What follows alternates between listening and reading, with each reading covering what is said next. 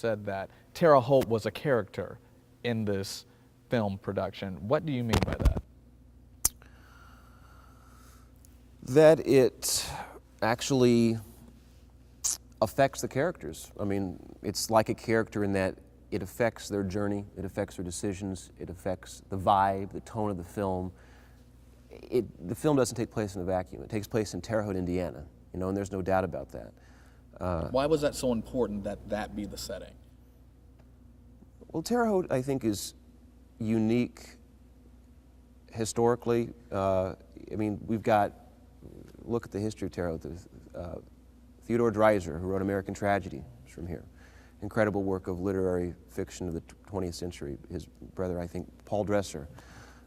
Eugene Debs, 5-time presidential candidate. So we wanted to emphasize that this place has really interesting historical roots and that it's a growing, evolving place. I think it's interesting also politically that, I mean, you can Google this. There's actually, I think, a Wikipedia article about the fact that Terre Haute has a 98% accuracy rate in predicting who the president's going to be. Vigo County, yes. Vigo County. I mean, that is stories on that. Yes. That's amazing. I mean, why is that? What is it about this place where people seem to have a pulse on what matters politically in the broader country?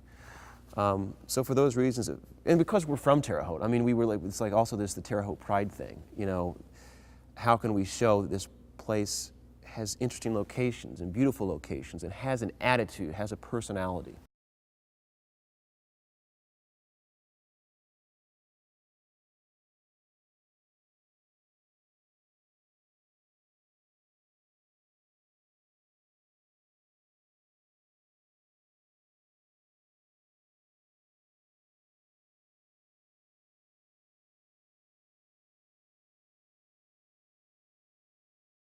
Well, I think that it just brings attention to Terre Haute. So it's not bad publicity, but you've heard that phrase, any publicity is good publicity. It also just puts Terre Haute, back on the spotlight in a sense. But the publicity, I think, is also positive.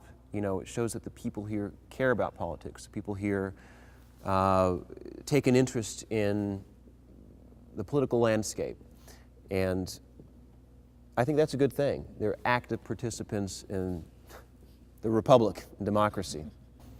I could go on and on and on. I'm trying to edit myself down because as you talk, more and more questions keep coming Sure. to my mind. But one thing that I definitely wanted to hit on, Jesse the Body Ventura. First of all, what is he like? Secondly, how did you get him, to your film? That's pretty awesome. So Jesse, or Governor Ventura, yes, I guess I should be was a pleasure to work with. He showed up and wanted to act. He came, and like any other performer, knowing that he had a job to do and he had a role to play. And it was easy to talk to, easy to give direction to kind of say how he wanted the scene to play out, to give feedback to during the scene. How did you get him? Through our casting director. I mean, I think there's a lot of mystique around how you cast known personalities in the public sphere. And for us, it really came from having a strong casting director who's based in Los Angeles. And against his connections, I knew someone in college who worked at one of the agencies in Los Angeles, and I asked that person, can you recommend an independent film-friendly casting director, i.e. someone that we could afford, that wanted to work with up-and-coming or, lesser-known filmmakers on new projects, but yet could still help us cast known quantities. And so we interviewed some people and found a casting director out there who then we met, read the script, liked the script, and then was on board. So there's always there's no one answer. There's probably 5 or 6 steps to most parts of this process.